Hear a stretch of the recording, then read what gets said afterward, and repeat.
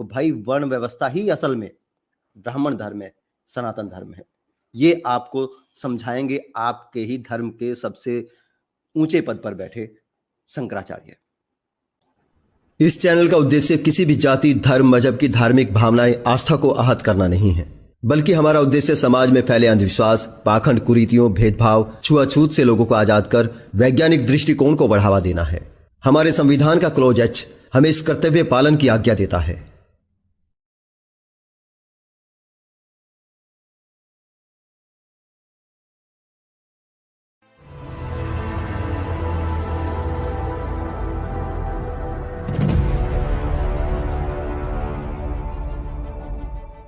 बिल्कुल।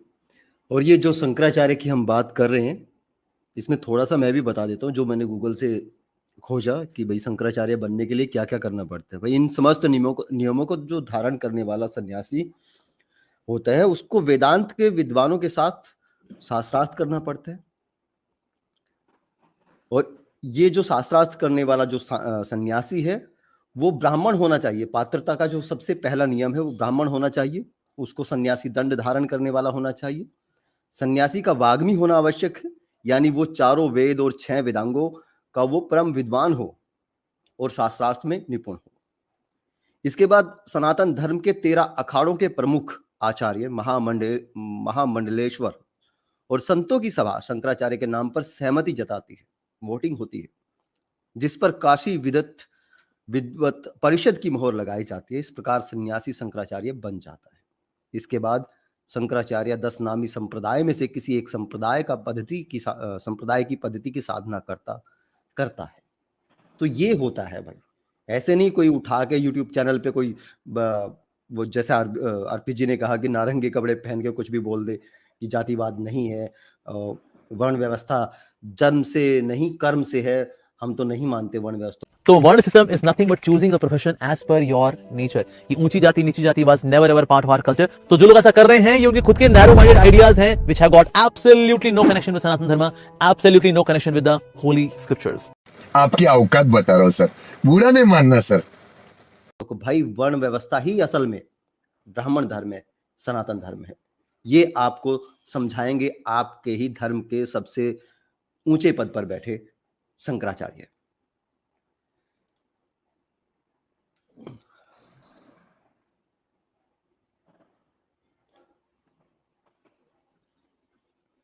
लाइक और शेयर करते रहें दोस्तों। तो ये क्वेश्चन है जो इनसे किया गया है। सवाल था, शंकराचार्य जाति भेद खत्म करने के लिए क्या कर रहे हैं। अब ये देखिए, सवाल है कि जाति भेद खत्म करने के लिए क्या किया जाए। अब इस पर जवाब सुनिएगा, बहुत ही जरूरी है ये सुनना आप लोगों के लिए, सभी के लिए, SC ST OBC ब्राह्मणों के लिए भी, और जो डिफेंड करते हैं उनके लिए खासकर।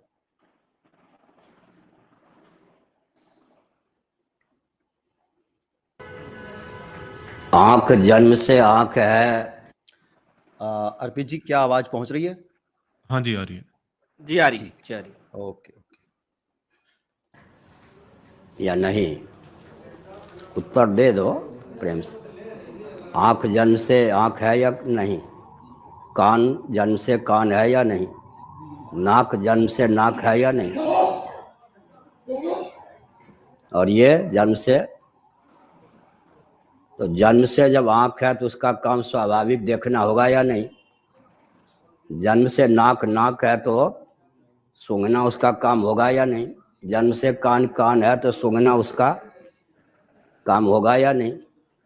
जन्म से हाथ है तो लेन देन, चाटा मुक्का जो भी बहादुरी का प्रयोग, भोजन होगा या नहीं?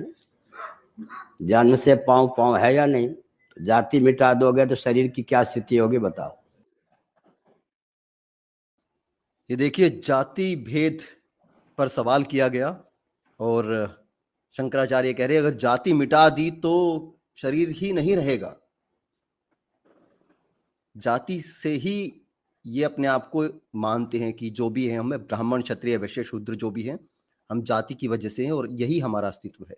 इसको मिटा देंगे मतलब इंसान नहीं, जाति है।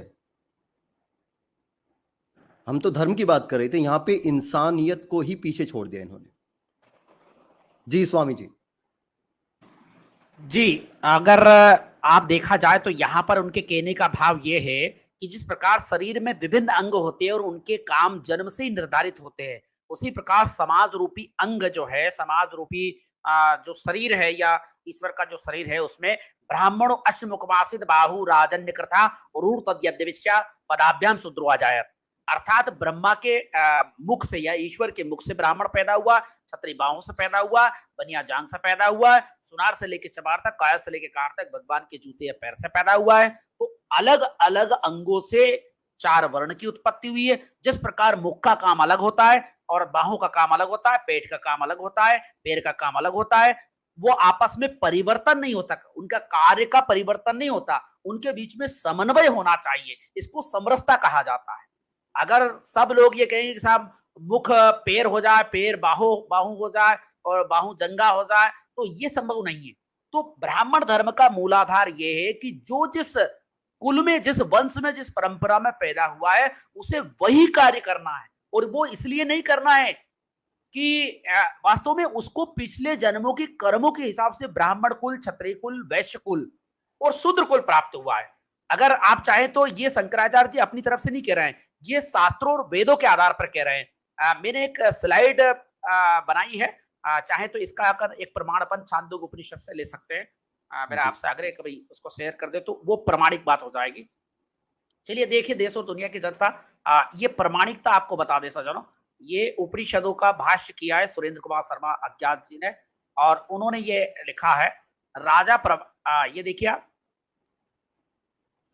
राजा प्रवाहन श्वेत केतु के पिता आरुणी गौतम से कहता है कि जो जीव वापस आते हैं उनमें जिन्हें अच्छे कर्म किए हैं वे इस संसार में आकर ऊंची योनि को प्राप्त करते हैं। मैं थोड़ा सा और बड़ा कर देता हूं, ठीक है, बड़ा हो गया सही सेट? जी जी दिख रहा है?